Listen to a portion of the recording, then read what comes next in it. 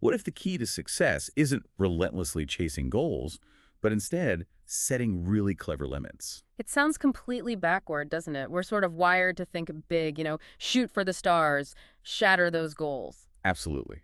But the source material we're diving into today makes a powerful case that maybe, just maybe, there's a more effective way. A better way to navigate complexity. Yeah, and unlock creativity and actually get things done that truly matter.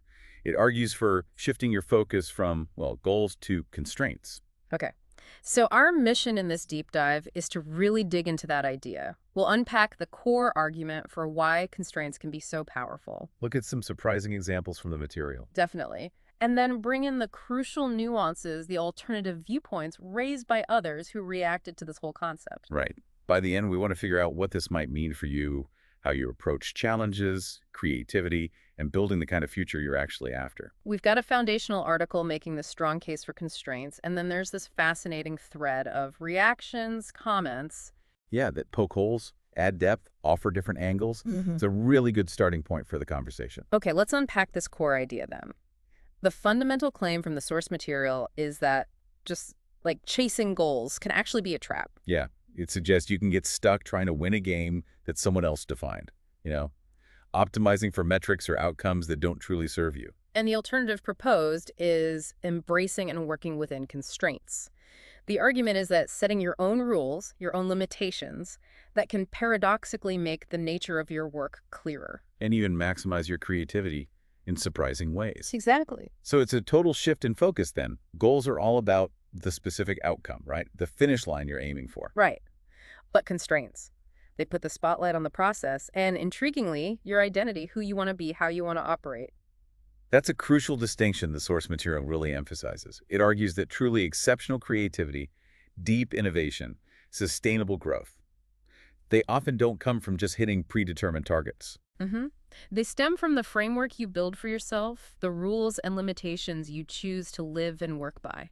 And for those messy, uncertain problems where you maybe can't even define the finish line clearly. Which is a lot of life, let's be honest. Exactly. The material presents constraints as far more flexible and effective than trying to pin down a perfect goal right from the start. It's like trying to navigate through thick fog with just a single destination point versus having a reliable compass. That's a great analogy. And it even touches on that persistent Yale goal-setting myth. You know the one. Oh yeah, the story about the graduating class where writing down goals supposedly led to massive success compared to those who didn't. That's the one. The source points out that this widely circulated anecdote, it was actually non-existent, just a fabricated story that became popular despite having, well, no basis in reality. Which really underscores the point. Maybe our conventional wisdom about goals is built on shakier foundations than we think. So the core distinction again, goals are the win condition, the thing you're trying to achieve. Constraints,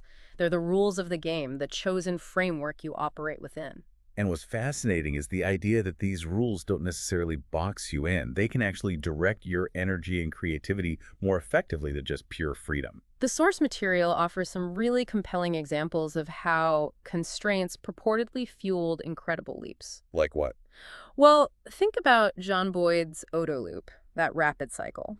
Observe, orient, decide, act. It's essentially a constraint on how quickly and effectively you process information in dynamic situations. Okay, yeah. Or Richard Feynman, the physicist. He apparently imposed strict self-limitations on his scientific explorations, focusing only on specific kinds of problems or certain approaches. Ah, interesting. And the argument is that creativity across disciplines, poetry, music, architecture, often thrives within constraints. A blank page can be terrifying, right? Totally paralyzing. But a sonnet structure, or a building's budget, or a specific musical key, it gives you a place to start, a structure to push against. And the flip side, the article warns about the subtle dangers of traditional goal setting. It mentions it can lead to, like, comfort and self-deception. Right. You can fall into that trap of feeling productive just by setting a goal or, planning extensively. Without actually taking meaningful action. Been there. We all have. And when you're fundamentally uncertain about what you truly want, goals can become mere placeholders. They give you a false sense of momentum without genuine direction. This reminds me so strongly of the Abraham Wald example from World War II that's discussed in the source. Oh, the statistician. with Yeah. the planes. Yeah. He wasn't asked where the planes that returned were shot. Those are the visible holes, like the goals the enemy hit. He was asked where they should add armor. And he realized the data was biased. Exactly. He realized they needed to reinforce the areas where the returning planes weren't hit, because the planes that were hit there simply didn't make it back. The invisible holes, the constraints on survivability, that was what truly mattered, not just the obvious data points. Wow. That's such a powerful way to reframe problems. Looking at what isn't happening, focusing on the system's resilience and sustainability rather than just hitting targets. Mm-hmm. And the NASA moon landing, the source presents it not just as this clear goal, put a man on the moon, but as a project where massive constraints were key. Like budget limits, weight restrictions. Tight deadlines, managing extreme heat, all these things absolutely forced incredible innovation and led to entirely new solutions that might not have happened otherwise. So constraints seem to encourage nonlinear creativity, what the article calls second-order thinking. You're not just optimizing the obvious path. Right, you're thinking about the implications of your limits and how to work around them or with them in novel ways. It shifts the focus from just the desired result to asking, okay, given these limits, what is possible here? And that question naturally prompts a focus on sustainability and adaptation, doesn't it? Not just a one-off win. And the scalability angle is fascinating too. Goals can feel like a big, fixed bet on a specific predicted future point in time. It's very rigid. While constraints offer a framework that allows you to adapt, you can adjust to changing circumstances, respond to feedback in real time, regardless of what the future throws at you. The source offers some concrete examples of these smart filters. Yeah, like don't hire before a product market fit. Meaning, wait until you actually know people want your product. Makes sense. Or only build what can be explained to a teenager in 60 seconds. That's a constraint on complexity, forcing clarity. These aren't outcomes. They're rules you set for yourself to guide action. And the article points out something interesting. Setting unwanted goals can actually trigger internal resistance and, well, procrastination. Your system fights against the external pressure. So saying no, then, becomes a really powerful constraint. Deciding, I won't take clients that exhaust me. Or, I won't work on projects that don't align with my core values. It defines your boundaries, protects your energy. This actually has echoes in Stoic philosophy, doesn't it? Which often focuses on establishing rules of things not to do, setting limitations on your behavior and reactions to stay aligned with virtue. That's a great connection. And thinking about constraint-oriented careers, the source gives the example of a writer. Ah, yes, the writer who sets the constraints, write daily, but don't write boring stuff. Right. Compared to simply having the outcome goal become a bestseller, the argument is the former leads to more creative output and sustainable success because it focuses on the practice and the quality, not just the unpredictable outcome. It aligns with that historian Fernand Braudel's view, right? That long-term underlying structures and constraints shape life and history over decades more than just discrete events or goals. Okay, but it's not a totally one-sided story. The conversation around this material, especially in those Hacker News comments we looked at, added some really crucial nuance and critique. Right. Some people reacted by pointing out that maybe the initial article was, a bit too simplistic, or perhaps relied a bit heavily on anecdotes. Like that NASA example again.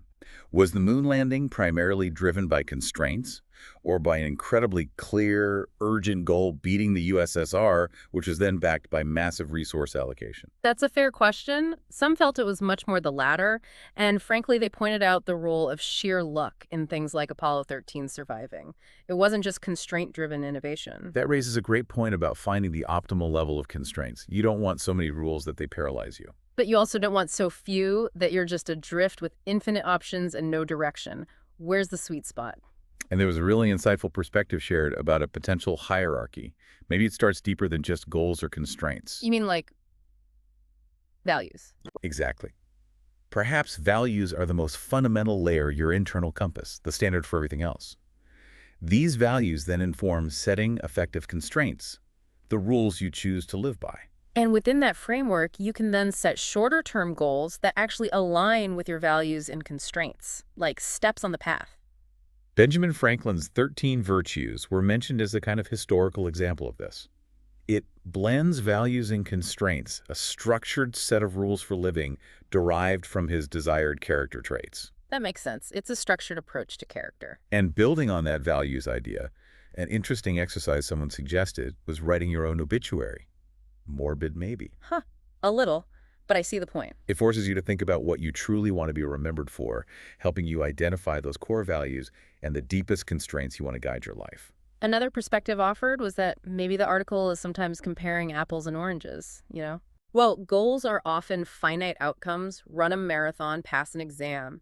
Constraints, though, can be seen more as lifelong practices or aspects of identity, like the daily practice of becoming a better person. Ah, so the article might, in some instances, be contrasting outcome goals with identity or habit-based approaches, not just comparing two types of targets. Possibly. And some people highlighted how big life decisions themselves, choosing a city to live in, getting married, selecting a business model like VC-backed versus bootstrapped. Those are essentially setting major defining constraints, aren't they? They shape your future in really profound ways. Absolutely. And there was also a valid point made about the difference between strategy and execution. Strategically, yeah, keep your options open. But when it comes to actually doing something, You have to make decisive choices. You have to pick a path and commit, at least for a while, hmm, even if you retain the possibility of changing direction later. Can't live in analysis paralysis forever. and the personal anecdotes in the comments here were really powerful. Someone shared how moving to a city with fewer options, a geographic constraint, actually helped them focus and led them back to their original passions. Less noise. That's interesting. And another described how having children, which is obviously a massive constraint on time and energy. Understatement of the year for many people. Right. But it forced them to be incredibly efficient and produce more valuable work by getting up at 4 a.m. every single day just to have that focus time. Wow, that 4 a.m. story.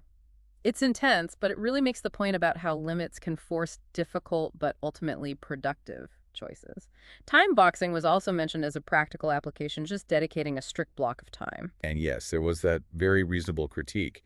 Don't constraints often serve an underlying purpose or goal anyway? Like, don't hire before PMF serves the goal of achieving product market fit eventually. Or only build what teenagers understand serves the goal of clarity or broad appeal. Hmm. So constraints and goals might just be different types of tools serving the user's objectives.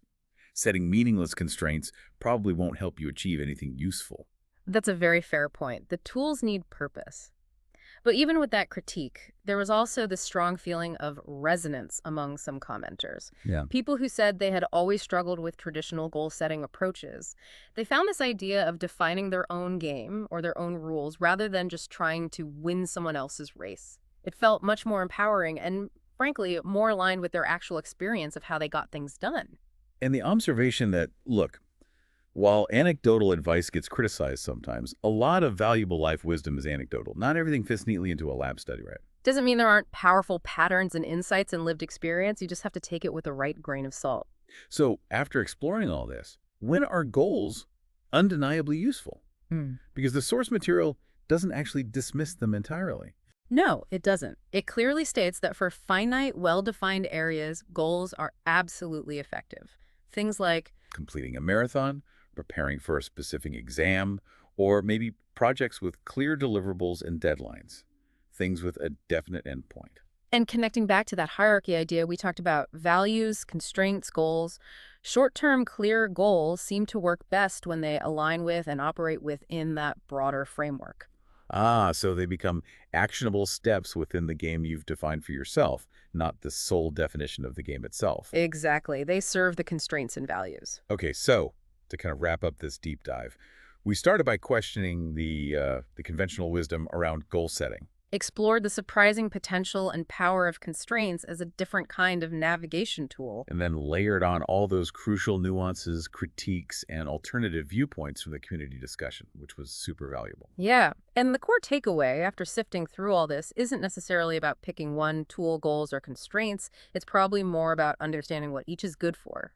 And perhaps recognizing that in the complex, often uncertain world we live in, building from a foundation of identity and defining your own rules and limits your values and constraints might offer a more robust way to navigate than just chasing specific predicted endpoints someone else set. It really leaves you with something powerful to consider, doesn't it? Yeah.